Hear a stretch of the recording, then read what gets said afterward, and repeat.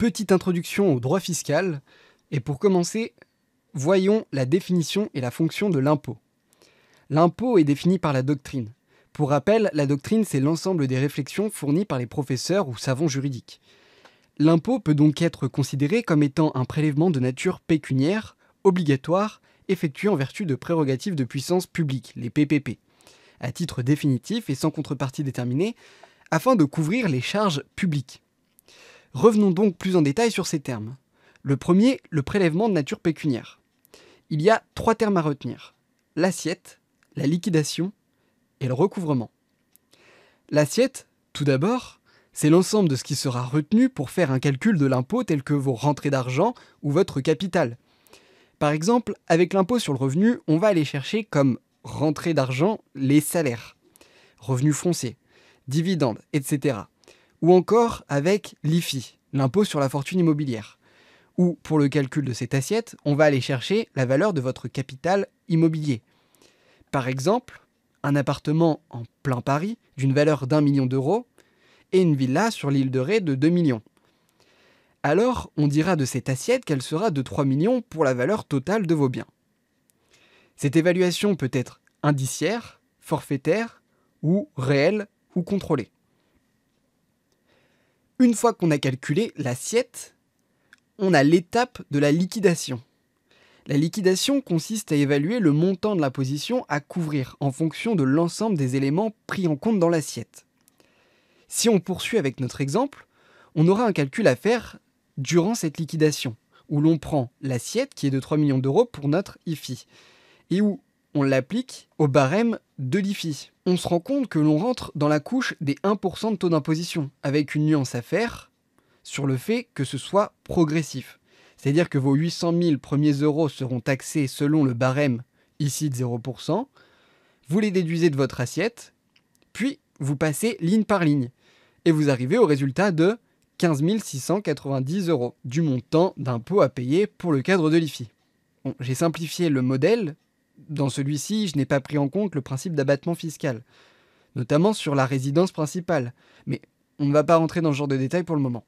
Enfin, on a le principe du recouvrement de l'impôt. Celui-ci consistera au paiement qui sera très généralement en argent du montant calculé au travers de l'assiette vue précédemment.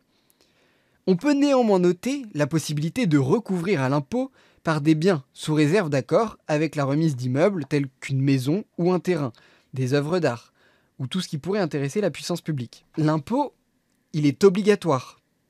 Vous ne choisissez pas votre consentement ou non à celui-ci à titre personnel. C'est le corps des citoyens, au travers de ses représentants, qui tranchera de la nécessité ou non des différents impôts. C'est ainsi qu'on peut résumer l'article 14 de la DDHC. L'impôt est donc un prélèvement de nature obligatoire, au sens de l'article 34 de la Constitution, qui laisse à la loi la charge des règles des contributions publiques. Ainsi, tout ce qui n'est pas obligatoire n'est pas un impôt. C'est ce que nous rappelle le Conseil constitutionnel du 29 décembre 1989.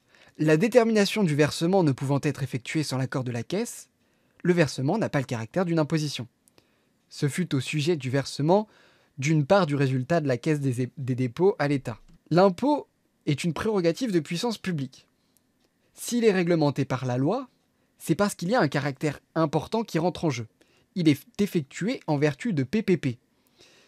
Il y a un déséquilibre notoire d'inégalité entre l'administration fiscale et le contribuable, que ce soit par le caractère forcé de celui-ci, la possibilité d'immixtion dans une part importante de la vie privée du citoyen pour justifier de ses revenus, etc. L'impôt, il est aussi effectué sans contrepartie déterminée. À titre d'exemple, je ne peux pas payer de CFE en exigeant la mise en place d'événements culturels en rapport avec mon entreprise. La CFE, c'est la cotisation foncière des entreprises. Bien sûr, ce n'est qu'un exemple, mais le Conseil d'État, le 13 novembre 1997, dans sa décision Syndicat national des transporteurs aériens, a pu décider qu'une contribution sans contrepartie déterminée ne constitue pas une redevance pour service rendu. Il faut donc voir l'impôt comme un pot commun qui permet de financer le service public, auquel nous ne sommes pas obligés d'y contribuer pour avoir accès à ce service. De cette manière, les différents groupes sociaux, lobbies, etc., ne doivent pas représenter une influence sur la politique économique du pays, et leur contribution à ce pot commun ne doit pas être identifiable. Ainsi, Si le législateur fixe le prélèvement d'une manière ou d'une autre, les différentes personnes qui sont tenues de le recouvrir ne peuvent invoquer le bien-fondé de l'impôt pour le contester. C'est ce qu'a rappelé le Conseil d'État le 13 mai 1987.